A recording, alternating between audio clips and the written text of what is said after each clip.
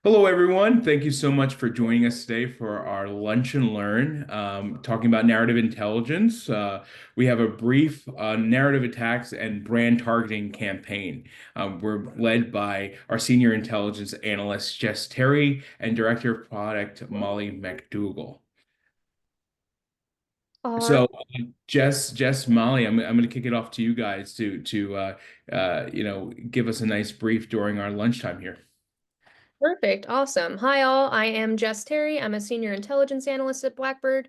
Yeah, and today I'm going to be walking you through a case study of a narrative attack that targeted multiple brands, and then we're going to shift to Molly, who's going to discuss one of the solutions that Blackbird is developing to help combat these narrative attacks.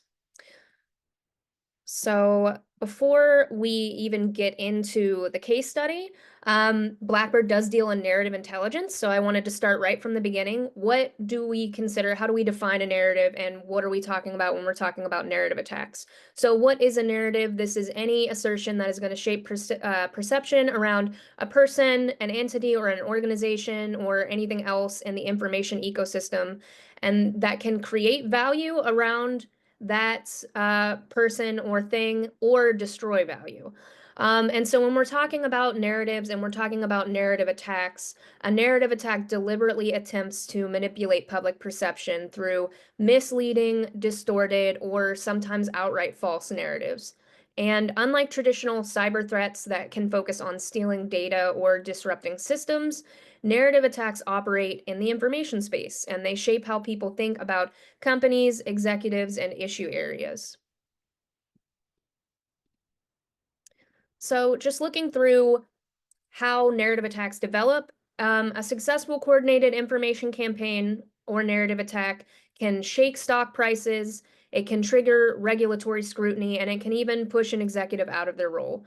So at Blackbird and on our intelligence team, we've seen cases where misleading narratives have been used to discredit business leaders, to frame companies as unethical, or manipulate markets. And whether it's a bot-driven smear campaign or a false story that's amplified by malicious actors, attacks don't just damage reputations. They can also drive financial and operational consequences, and they can do it very quickly.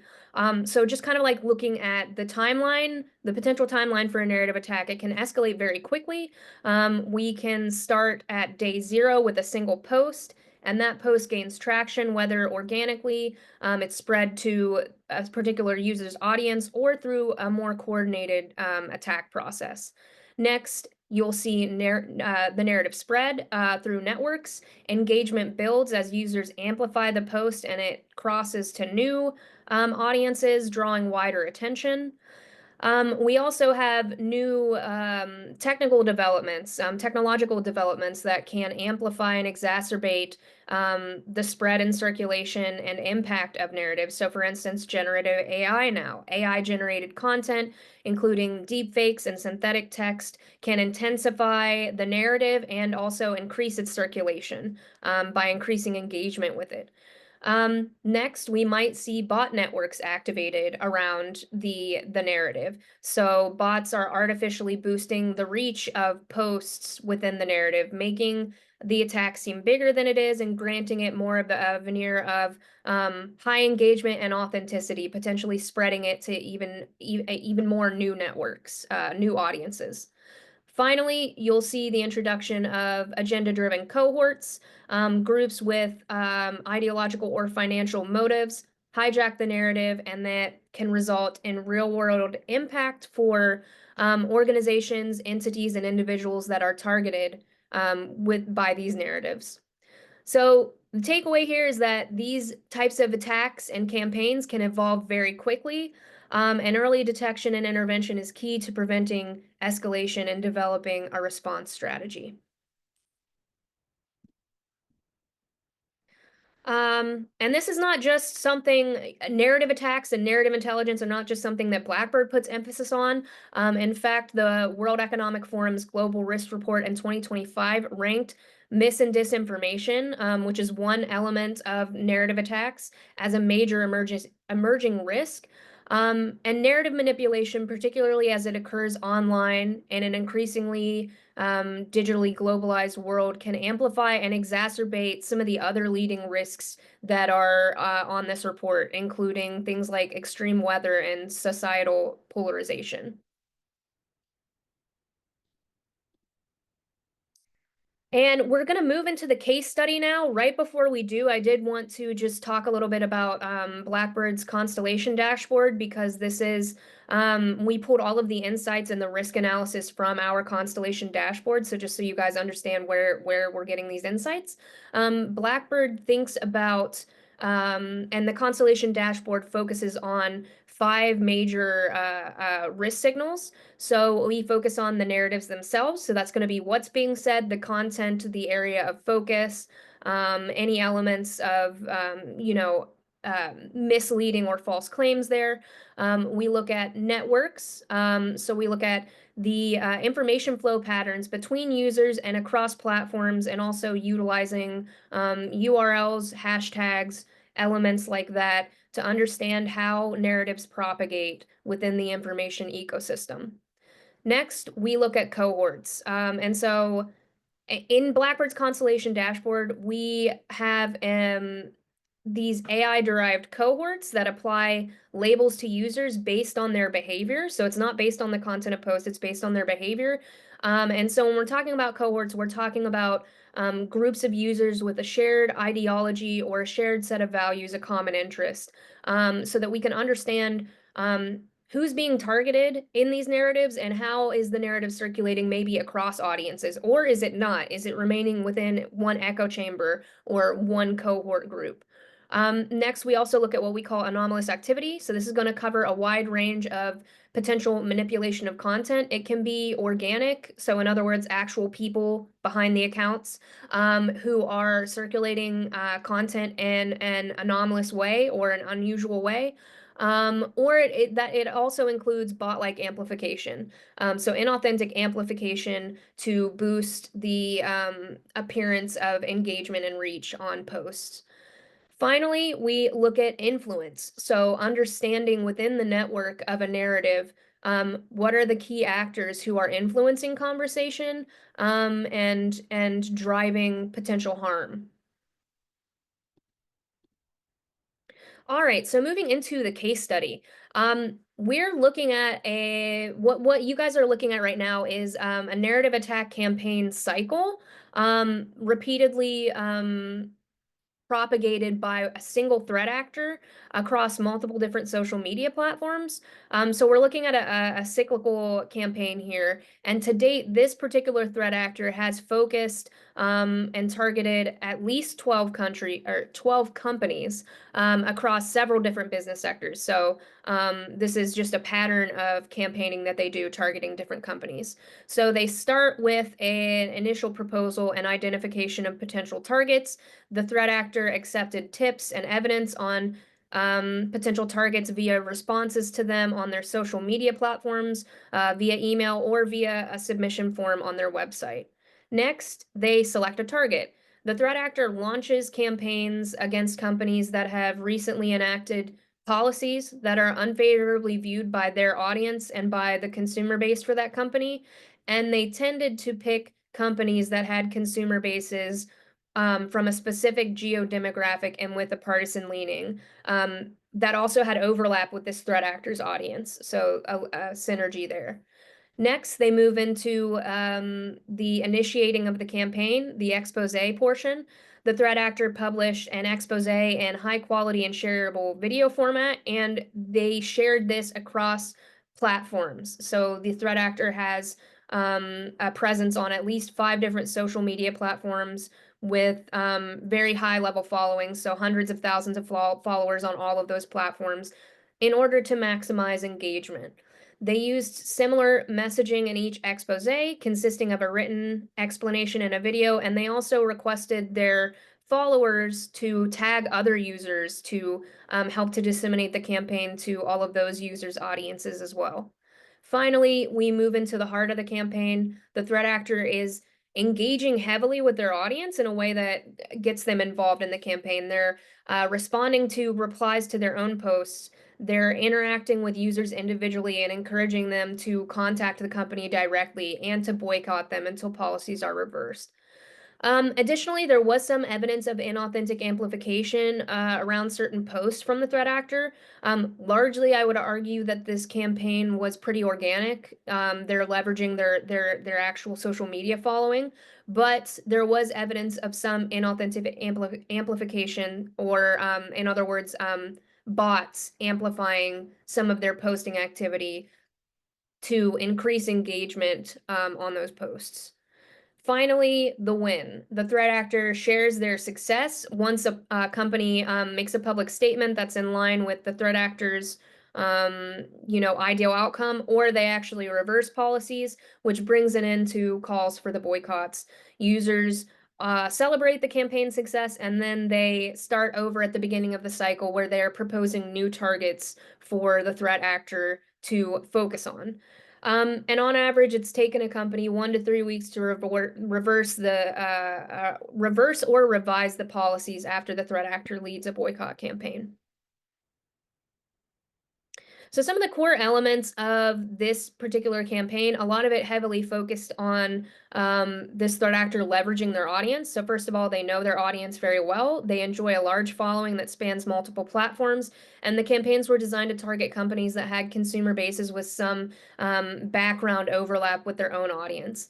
Additionally, so talking about the Blackbird cohorts that we identified in Constellation, our analysis found that two very ideologically similar cohorts were by far the most active in amplifying this threat actor's messaging. Next, this influencer fostered active participation from their audience and also kept up consistent, direct one-on-one engagement. They're making their audience and their followers feel personally involved. They're taking audience polls on their social media platforms. They're citing feedback within their replies, and they're asking questions in their posting activity, and they're encouraging an open dialogue and a back and forth discussion. They also repeatedly reshared their own exposés to keep them in circulation, and they provided followers with very regular updates and engaged with many of the top users that responded to their own posts to help maximize engagement and reach. Finally, or number 3 for this slide, they're creating a template both for themselves and for their audience to engage. So their campaigns have become increasingly more consistent, and now that they're experiencing a lot of success, very much more effective. The template that they're using has become much more standardized, and they're providing in both text and video format a clear call to action to their audience, providing phone numbers and emails and points of contact to target companies for follower outreach. Next, the influencers maximizing their social reach. As we've mentioned, they're across at least 5 different social media platforms, and they're often cross-posting their content from one platform to another to help maximize their audience across platforms. And so in this way, they're also able to reach users that might be particular to certain social media sites, not present on others, so that they have a larger audience to be leveraging during campaigns. Next, we get into leveraging social tensions, fear, and anger. So this gets into a little bit of an attempt to focus on the social media algorithms themselves.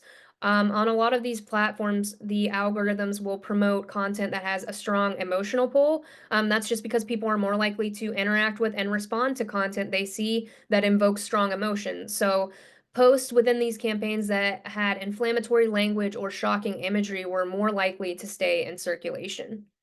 And then finally, we're looking at some of the inauthentic amplification within these campaigns. So although a lot of the engagement with the threat actor did occur organically, actual people from their audience getting involved, we did identify a bot-like network amplifying certain posts, particularly those in which the threat actor was claiming success in a campaign. And so this type of inauthentic amplification was beneficial to increase engagement and create the appearance of authority and magnitude around these campaigns. Getting into a little bit of the network analysis and understanding the network for these narratives and conversations. So within Blackbird's constellation dashboard, we have network graphs, which is what you're looking at here, that allow us to see the users, content propagation patterns, URLs, hashtags, and their distribution within the network, the ways that they are networked together, so that we can have a better understanding of how the narrative and content within the narrative is propagating and circulating. And so both of the network graphs here are focused on a similar set of conversation. They focus on mentions of a car manufacturer that was targeted in one of the campaigns and mentions of the threat actor together. And then we have different risk signals overlaid over the one on the left versus the one on the right.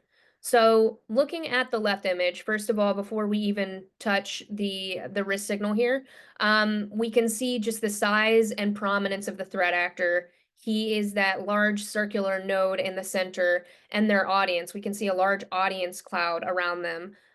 So just in general, the size and magnitude and influence of this particular threat actor. And then we can also see in the purple, we have overlaid a filter for Blackbird's most active ideological cohort within this particular narrative. And so we can see it's the entire network here is dominated by that cohort. So this is really a narrative that is being pushed particularly by this ideological cohort. On the right, we have the same network of conversation overlaid with a filter for bot-like activity. So each of the red circular nodes is going to represent an account that Blackbird's constellation dashboard has flagged as bot-like. That can be, high volume dissemination of content very rapidly. And so bot-like activity within this conversation was moderate at 18.2%, which would indicate that the influencer did benefit from a moderate level of inauthentic amplification within this particular conversation.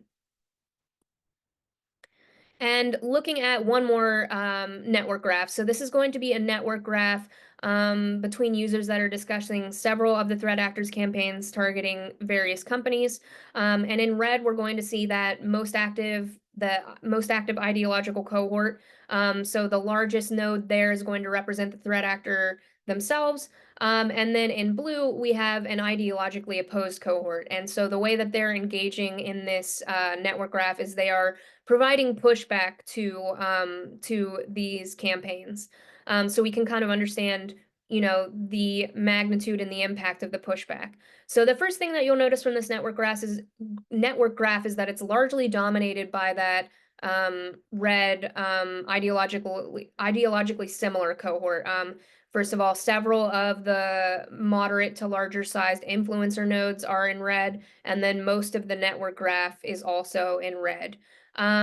We can see that ideologically opposed users, although there is maybe one moderately influential account here, right here in the center, and that's going to be in the inset image. We see that these users were comparatively insignificant in these conversations, which would indicate that users unaffiliated with the threat actor had a harder time gaining traction.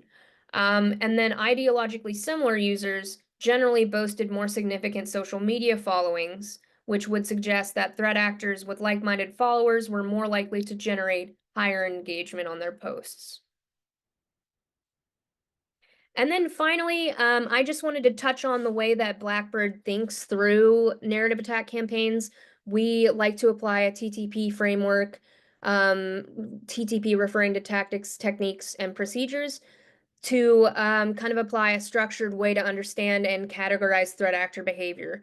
And in understanding the way that threat actors conduct these campaigns, the different techniques they use, and eventually, as we track these long enough, we can identify patterns in the techniques that they use and when they use them. We can better design mitigation and response strategy if we understand those. So this TTP framework is going to be specific to this author. So anything that's in the bright green is going to be a technique that they employed during the campaign cycle.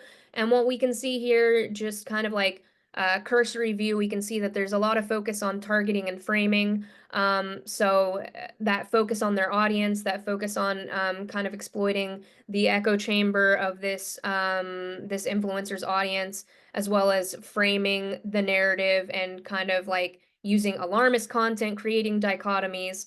And then more importantly, on the right, the further we get to the right, the more we're seeing potential real world impact. And so you can see that there's a lot of mobilization going on in this campaign, which is going to be calls to action in the real world, calling for boycotts, calling for an investigation into executives at certain companies. So we're seeing a lot of mobilization that this threat actor is doing within their own audience.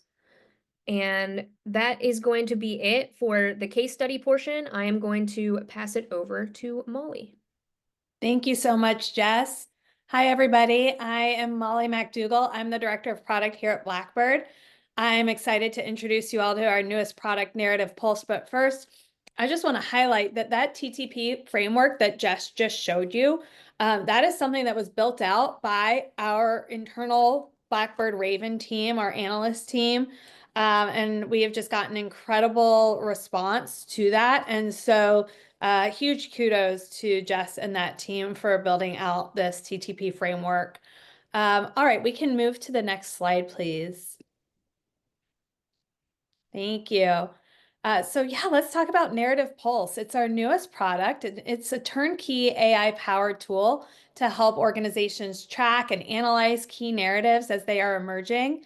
And this is really a fantastic option for organizations that are earlier in their narrative intelligence analysis journey. It's all about getting key emerging narrative intelligence in your hands as quickly as possible. Every day new narratives pop up across social media, the news, even the dark web.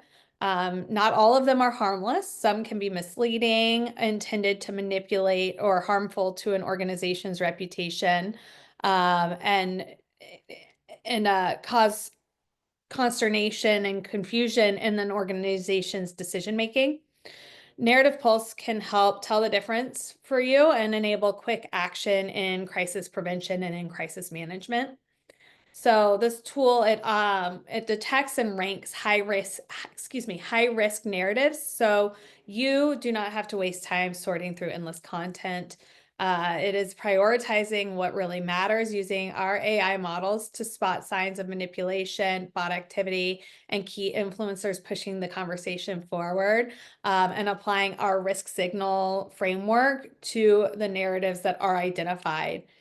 The best part is that it's incredibly easy to use. So you get clear, concise summaries that break down every narrative, showing you that narrative's timeline, the risk levels associated, and risk analytics associated with that narrative. And like I said, the top voices driving that discussion. You can simply scroll through the list, check out the risk signals, and get an instant read on what is going on. And if we can please go to the next slide. Thank you so much. So why Narrative Pulse? Speed, simplicity, and accuracy matter. And this tool is designed for busy teams who need timely insights without any hassle, without having a large analyst capability internally. And there's no learning curve. There's no complicated setup. It's immediate, actionable intelligence for your crew. And you can also export reports in one click. It makes it really easy to share insights with your team or your leadership. And if your organization wants to go deeper, you can easily look to our Raven Intelligence team or evolve up into Blackbird's Constellation platform, which was the basis for all of Jess's research that you just observed.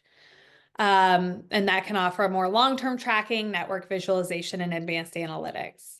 So at the end of the day, right, information moves fast. Staying ahead of harmful narratives is so important.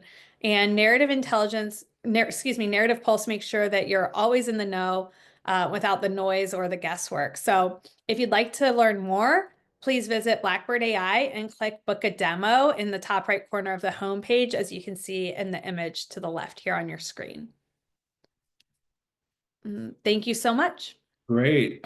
So before we wrap, today. We had a few questions submitted. I'm sorry we couldn't get to them all. It's only a 30-minute window, but we wanted to make sure that we addressed some of them. If you have additional questions, feel free to reach out to me directly, or you could book the demo as Mollie recommended there. But we're going to just dive into these really quickly.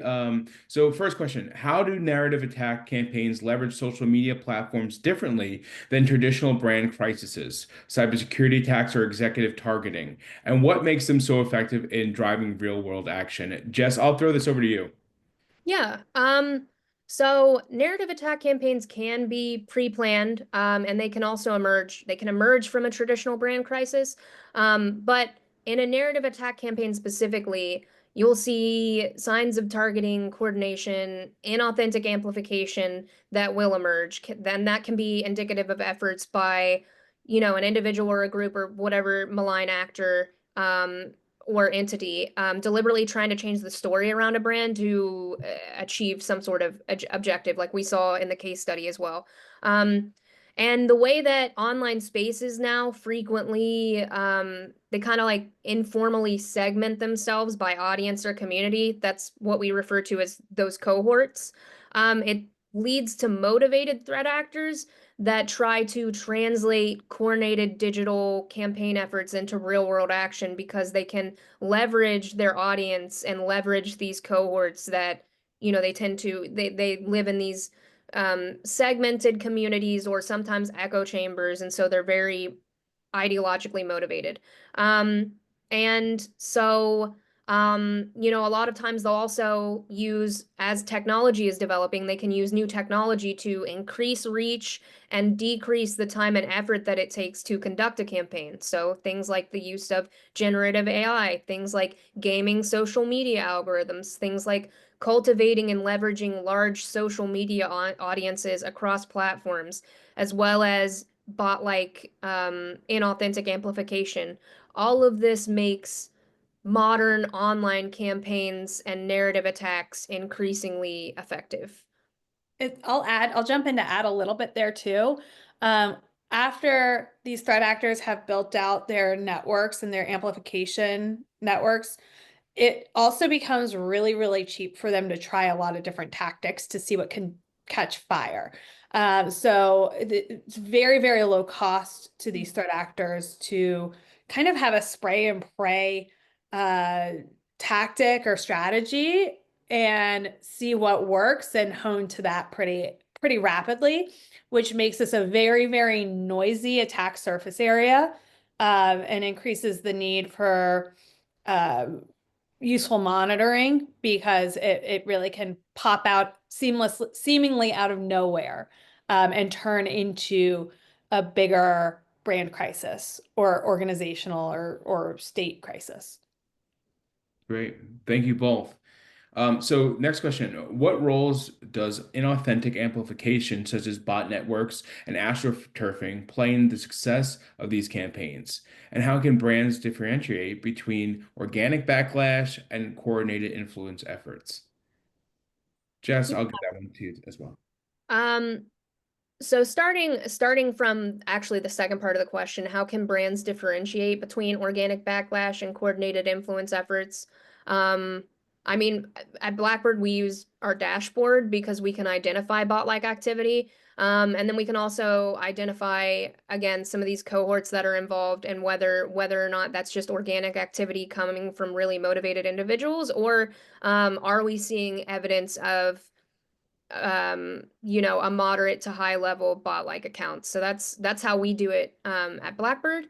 And then what role does inauthentic amplification play in the success of these campaigns? I would say often when you're looking at bot-like activity, it seeks to do one or both of two things. So either it's trying to amplify a particular user or a set of users or a particular post or a set of posts to help that user or that post get favored by the algorithm and reach a wider audience, or it's trying to just grant the veneer of a large following for a user or the veneer of major support for a user or a position stated in a post by inflating engagement numbers.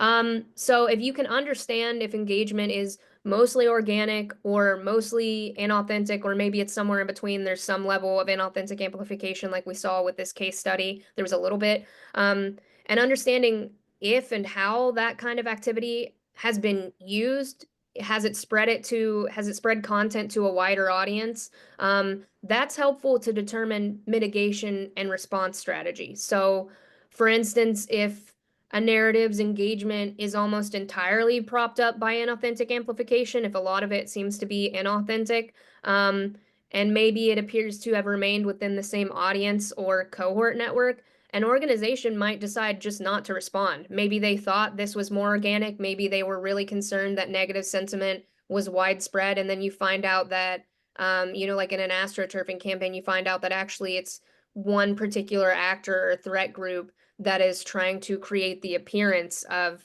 heavy engagement. You might just decide that you actually don't even need to respond. And you might just continue to monitor the narrative for future organic breakout. Great. All right, and our last question. So what can organizations do to detect and mitigate narrative threats before they slate into full-blown reputational crisis? Molly, I'll give the final question to you.